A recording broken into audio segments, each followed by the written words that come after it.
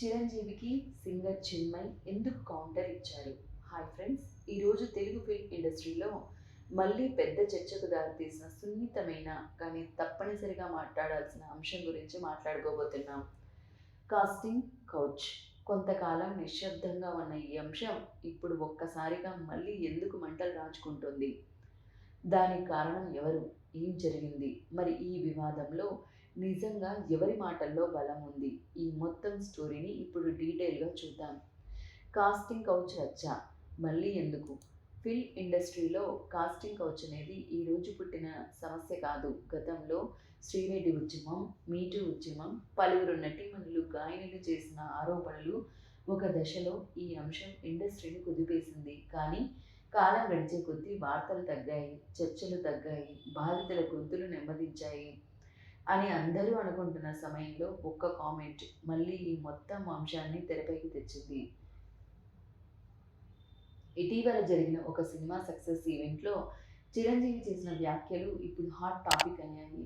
చిరంజీవి మాట్లాడుతూ, cinema industry ఒక అద్దం లాంటిదని, మనం ఎంత నిబద్ధతతో పనిచేసినా అంతే ఫలితం వస్తుందని, అవకాశాల కోసం తప్పుదారులు తొక్కాల్సిన అవసరం లేదని, కాస్టింగ్ కౌచ్ అనేది లేదన్నట్లుగా వ్యాఖ్యానించారు.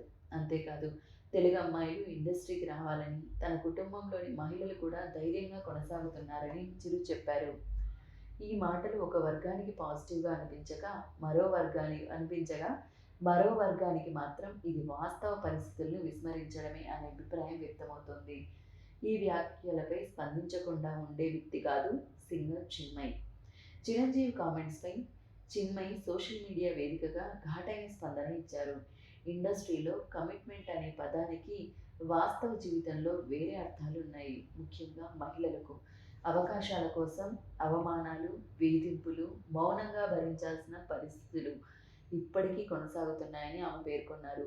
చిన్మయ్ తన స్పందనలో కేవలం అభిప్రాయం మాత్రమే కాకుండా తాను చూసిన విన్న ఘటనల ఆధారంగా కూడా ప్రస్తావించారు.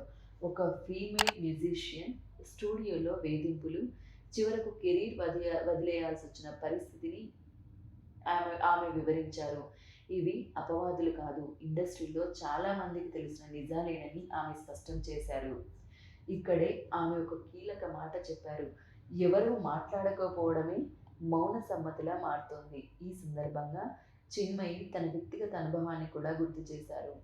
ప్రముఖ గీత రచయిత వైరాముత్తుపై తాను గతంలో చేసిన ఆరోపణలు మళ్ళీ స్పష్టం చేస్తూ, నేను చేసిన ఆరోపణలపై ఇప్పటికీ నిలబడుతున్నాను. ఇలాంటి ఘటనలు ఒక్కరి కావు, బాధితులకే తప్ప అంటకట్టే ధోరణి బాధాకరం అని ఆమె వ్యాఖ్యానించారు.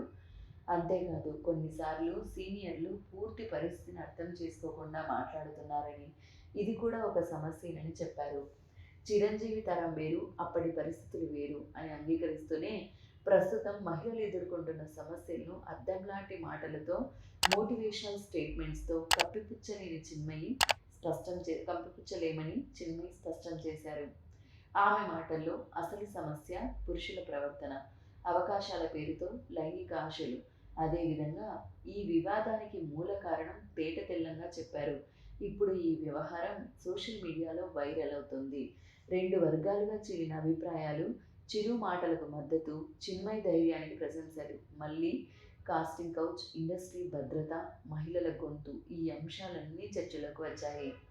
చివరికి ప్రశ్న ఏంటంటే, ఒకటే ప్రశ్న, ఇది వ్యక్తుల మధ్య మాటల యుద్ధమా, లేదా ఇండస్ట్రీలో నిజంగా పరిష్కరించాల్సిన సమస్య? మాట్లాడే వాళ్ళను ప్రశ్నించాలా, లేక మాట్లాడని వ్యవస్థను ప్రశ్నించాలా? ఈ వివాదం ఇక్కడితో ఆగుతుందా, లేదా మళ్ళీ ఏదైనా మార్పునకు దారితీస్తుందా? అది మాత్రం కాలమే చెప్పాలి. మరి మీ అభిప్రాయం ఏంటి? చిరంజీవి మాటల్లో నిజముందా? చిన్మయ్ కౌంటర్లో వాస్తవం ఉందా? కింద కామెంట్స్లో మీ అభిప్రాయాన్ని చెప్పండి. వీడియో నచ్చితే లైక్ చేయండి, షేర్ చేయండి, ఛానల్ను సబ్స్క్రైబ్ చేయండి. ధన్యవాదాలు.